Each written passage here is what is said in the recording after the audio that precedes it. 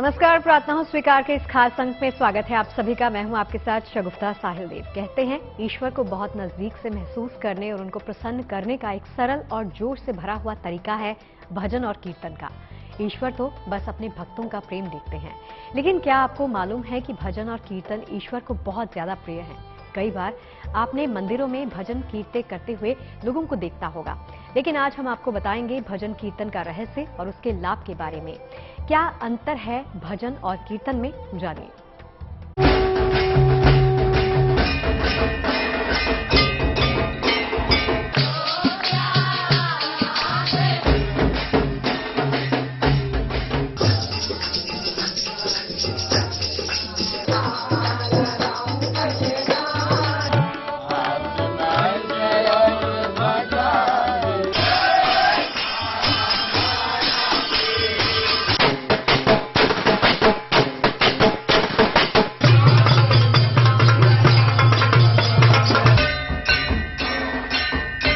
ईश्वर का ध्यान,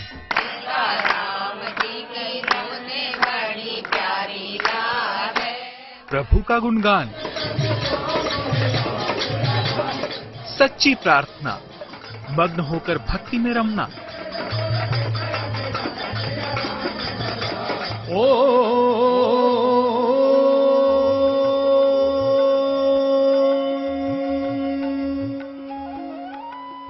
ईश्वर की कृपा, उनका प्रेम पाने के कई मार्ग हैं। ईश्वर के मार्ग पर चलने के लिए जरूरी है उनसे साक्षात्कार। मंदिर में उनकी मूर्ति के आगे सच्ची प्रार्थना करना या फिर घर पर साधना में मग्न रहकर उनको याद करना।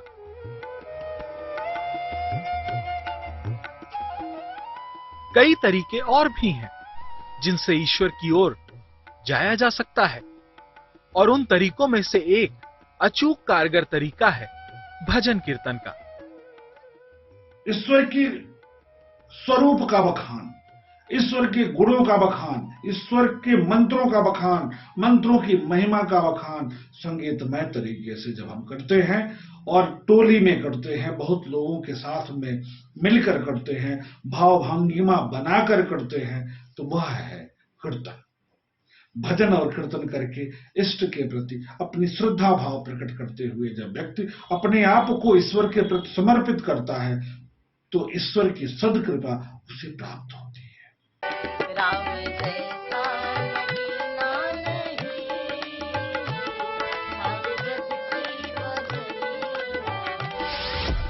प्रभु के भजन से पवित्र होता है तन और मन।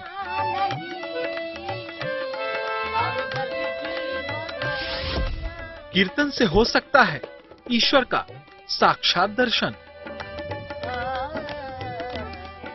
भजन कीर्तन से मन शुद्ध हो जाता है। एक एक शब्द से होने लगता है ईश्वर का आभास।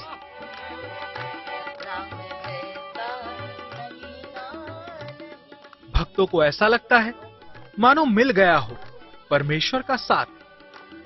आज हम आपको बताने जा रहे हैं कितनी शक्ति होती है भजन कीर्तन में।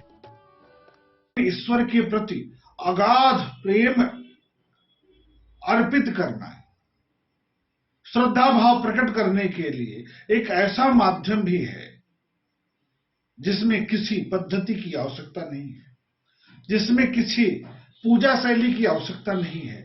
वह पद्धति है कीर्तन और भजन का माध्यम। कीर्तन और भजन के माध्यम से हम अपने मन की भावनाओं को ईश्वर के प्रति प्रकट कर पाते हैं। ईश्वर को कई मार्गों से पाने का प्रयास किया जाता है, ज्ञान, कर्म और भक्ति। भक्ति सर्वश्रेष्ठ मार्ग है और भक्ति से ईश्वर को पाना सबसे सरल भी। भक्ति और एकाग्रता पाने के कई तरीके आजमाए जाते हैं। इन तरीकों में भजन, कीर्तन और स्मरण शामिल है। भजन और कीर्तन से मन बहुत तेजी से ऊपर उठता है। इसके बाद अगर ध्यान या प्रार्थना की जाए तो जल्द लाभ मिलता है, मानसिक समस्याओं से मुक्ति मिलती है।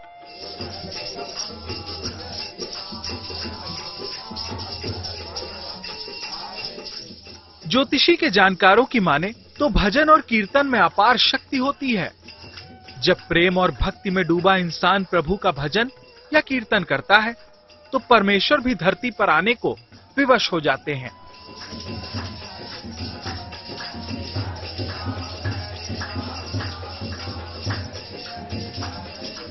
जब बहुत सारे लोग मिलकर एक ही मंत्र या पंक्ति का बार बार उच्चारण करते हैं तो ब्रह्मांड में एक विशेष प्रकार की ऊर्जा पैदा होती है। भजन का अर्थ है भजना, उनके मंत्रों का जप करना, उनके गुणों का जप करना, उनके गुणों का बखान करना और उनके प्रति श्रद्धा भाव प्रकट करना। इसमें किसी समय की आवश्यकता नहीं है, इसमें किसी पद्धति की आवश्यकता नहीं है। व्यक्ति जहां चाहे, जिस मन से चाहे, जिस स्थिति में चाहे भगवान का भजन कर सकता है। लेकिन भजन और कीर्तन को एक साथ क्यों कहा जाता है? क्या भजन कीर्तन एक ही चीज है या अलग अलग? क्या है भजन और कीर्तन का सही अर्थ और इससे आपकी जिंदगी पर क्या प्रभाव पड़ता है? गौर से समझिए। भजन में व्यक्ति ईश्वर का नाम भजता है। भजन का प्रभाव सामान्य होता है, जबकि कीर्तन में व्यक्ति ईश्वर के नाम का मंत्र जपता है। कीर्तन का प्रभाव अद्भुत होता है। भजन के बाद उपासना आवश्यक नहीं होती, कीर्तन के बाद उपासना करना जरूरी होता है। भजन एक गीत की तरह है, जबकि कीर्तन किसी मंत्र का उच्चारण है। भजन और कीर्तन ईश्वर की उपासना के दो अलग अलग तरीके हैं, लेकिन ज्यादातर लोग भजन और कीर्तन के अंतर को समझ नहीं पाते। ज्योतिषी के जानकारों की माने तो कोई भी उपासना तभी फलदायी होती है जब आप उसके बारे में ठीक से जानते और समझते हैं। भजन में व्यक्ति अकेले प्रभु के गुणों का बखान करके प्रभु से अपना लगाव स्थापित कर सकता है, इष्ट के प्रति अपना लगाव स्थापित कर सकता है, अपने मन की बात को ईश्वर के समक्ष प्रस्तुत कर सकता है। लेकिन कीर्तन में ईश्वर की आराधना संयुक्त रूप से की जाती है, वाद्य यंत्रों के माध्यम से की जाती है, भाव भंगिमा का निर्माण करके की जाती है, संगीतमय लयबद्ध तरीके से की जा सकती है। इसमें अभिनय आदि के माध्यम से भी ईश्वर की आराधना की जाती है, ईश्वर के गुणों का बखान किया जा सकता है। भजन और कीर्तन कैसे किया जाए जिससे भगवान जल्दी खुश हों, इसके बारे में भी हम आपको बताएंगे। बस आप हमारे साथ जुड़े रहिए। देखिए, ईश्वर की उपासना का सबसे मधुर, सबसे सरल मार्ग है भजन और कीर्तन। इससे वातावरण में सकारात्मक ऊर्जा का प्रवाह बढ़ जाता है और भगवत कृपा पाने की सारी बाधाएं स्वयं ही दूर हो जाती हैं। मानसिक शांति के लिए मधुर संगीत का प्रयोग तो सदियों से चला आ रहा है, लेकिन जब यही संगीत भजन और कीर्तन का रूप ले लेता है तो इसमें ईश्वर की शक्ति का अंश भी आ जाता है। तभी तो भजन कीर्तन के जरिए मानसिक और आत्मिक शक्ति बढ़ाई जा सकती है।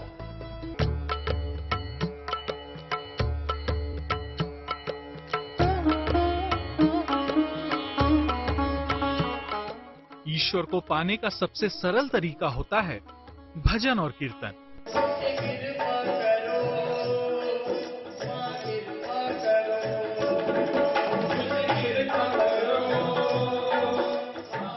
भजन और कीर्तन में वो शक्ति है जो और किसी तरीके में नहीं है। ज्योतिषी कहते हैं कि सही तरीके से ईश्वर का कीर्तन करने पर असाधारण लाभ मिलता है।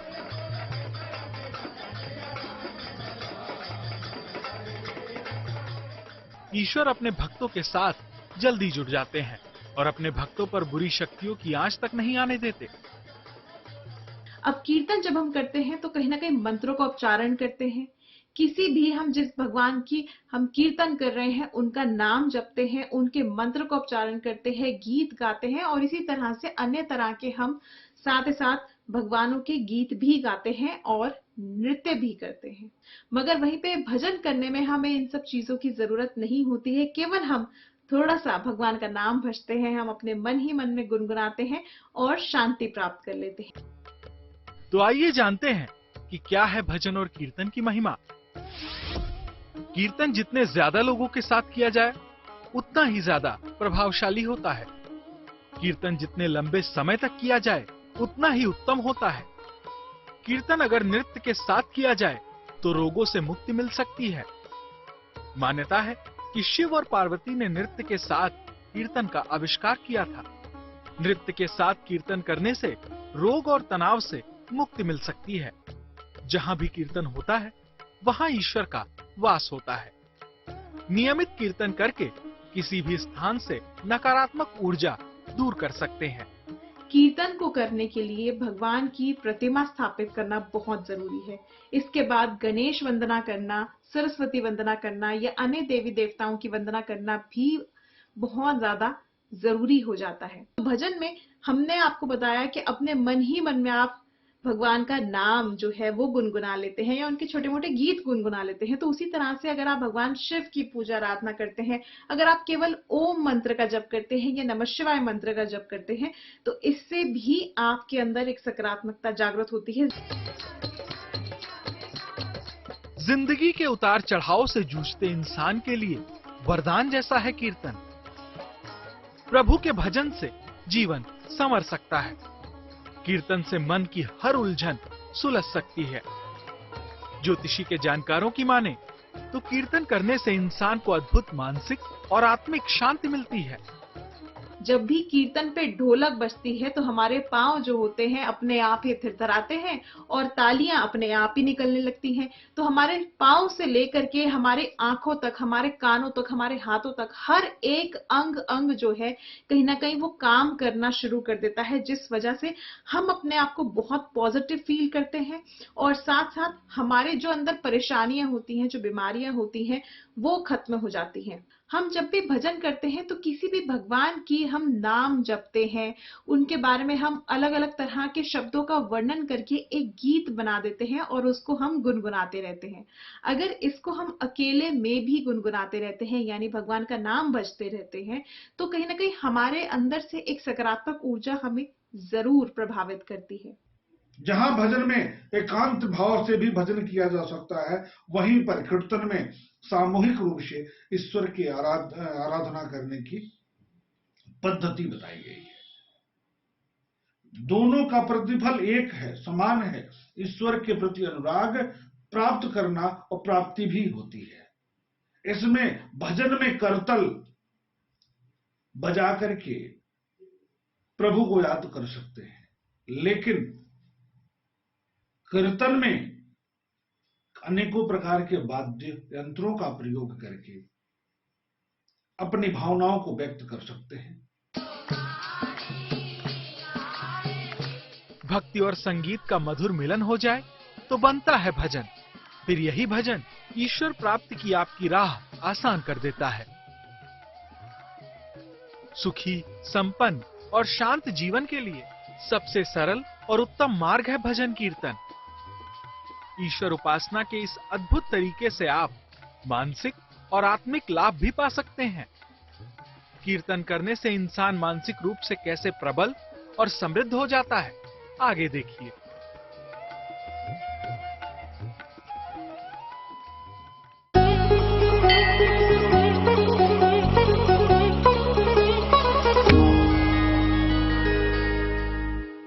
हनुमान जी को जो प्रिय वस्तुएं हैं उनमें से एक सिंदूर भी है। हनुमान जी को जो ब्रह्मचारी हैं वो लंगोट भी चढ़ाते हैं।